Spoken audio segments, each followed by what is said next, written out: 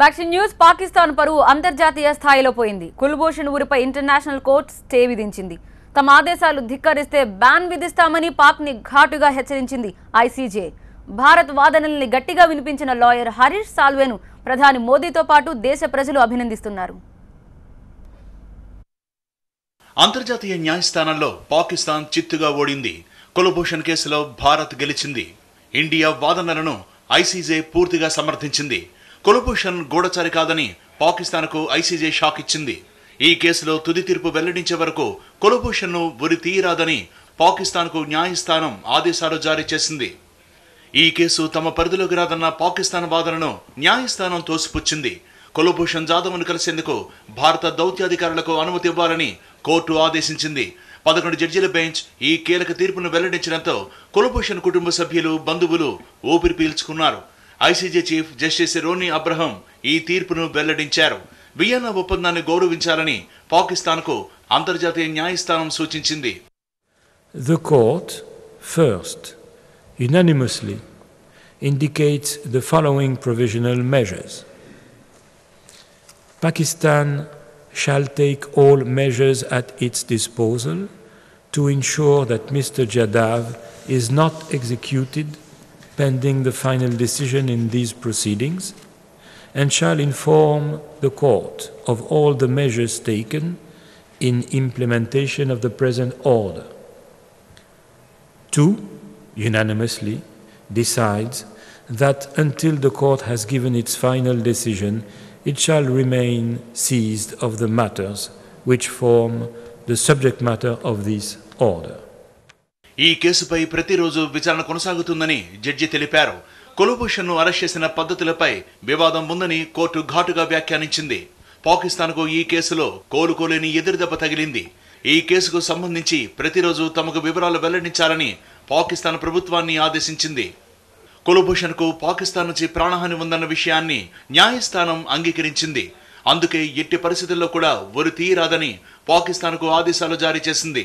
తమ ఆదేశాలు పాటించకపోతే కఠిన చర్యలు తప్పవని హెచ్చరిక చేసింది. తీర్పును ఉల్లంఘిస్తే బ్యాన్ విధిస్తామని ఘాటుగా హెచ్చరించింది.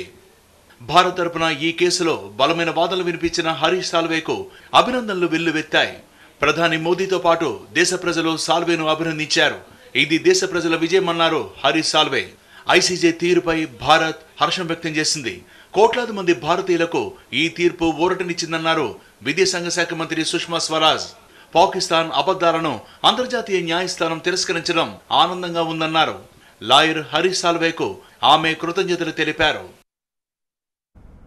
అంతర్జాతీయ న్యాయస్థానం మొట్టికాయలు వేసినప్పుడు కూడా పాకిస్తాన్కు బుద్ధి రావడం లేదు.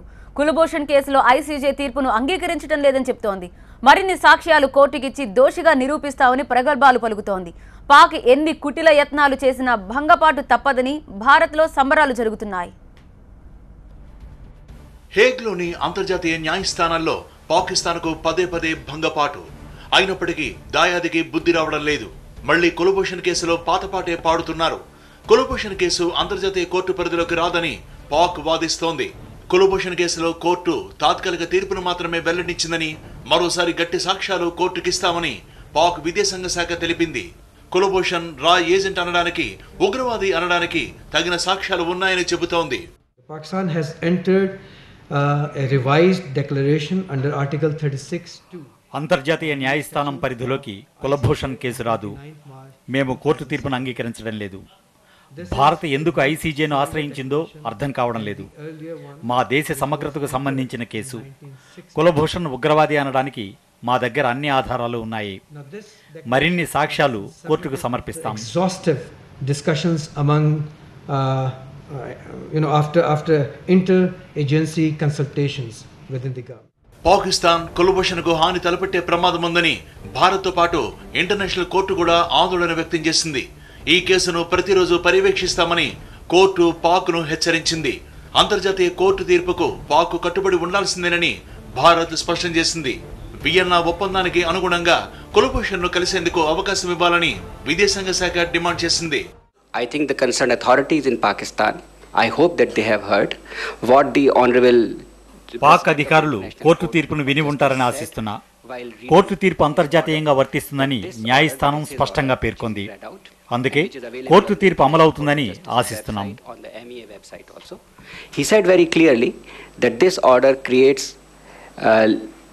legally binding international obligation. అంతర్జాతీయ న్యాయస్థానం కులభూషణ్ జాదవ్ ఉరిపై స్టే విధించడంతో ముంబైలోని ఆయన నివాసం దగ్గర సంబరాలు మిన్నట్టాయి. కులభూషణ్ కుటుంబ సభ్యులు, స్నేహితులు టపాసులు పేల్చి వేడుకలు జరుపుకున్నారు. తప్పకుండా భారత్కు కులభూషణ్ నిర్దోషిగా తిరిగి వస్తాడని ఆశాభావం వ్యక్తం చేశారు.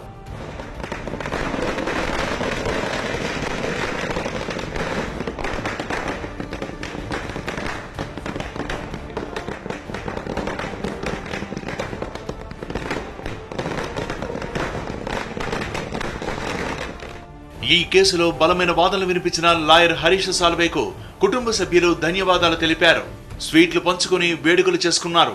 వారణాసిలో పాక్ జాతీయ పతాకాన్ని దగ్ధం చేసి వేడుకలు చేసుకున్నారు.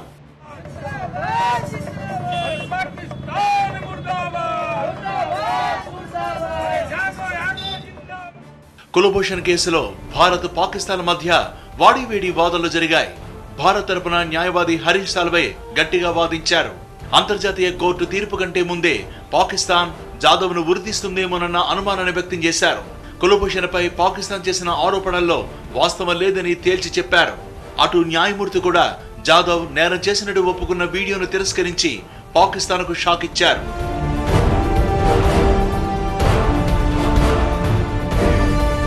గూఢచర్యంతో పాటు ఉగ్రవాదం ఆరోపణలపై కులభూషణ్పై పాకిస్తాన్ గత ఏడాది అరెస్ట్ చేసింది.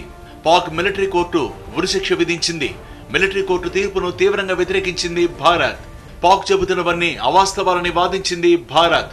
ఇరాన్లో వ్యాపారం చేసుకుంటున్న కులభూషణ్ను పాక్ కిడ్నాప్ చేసిందని ఆరోపించింది. గత నెలలో పాకిస్తాన్ మిలిటరీ కోర్టు జాదవ్కు ఉరిశిక్ష విధించింది. బలూచిస్తాన్లో కులభూషణ్ జాదవ్ను అరెస్ట్ చేసినట్టు పాకిస్తాన్ ప్రభుత్వం ప్రకటించింది. జాదవ్ ఇండియన్ నేవీలో పనిచేస్తున్నట్లు పేర్కొన్నారు. గూఢచర్యానికి పాల్పడుతున్నట్లు ఆరోపించారు. అంతేకాదు, నేరాన్ని కులభూషణ్ అంగీకరించినట్టు కూడా పాక్ ప్రభుత్వం ప్రచారం చేసింది. కోర్టు తీర్పుతో వియన్నా ఒప్పందాన్ని పాకిస్తాన్ పాటించాల్సిందేనని భారత్ స్పష్టం చేసింది.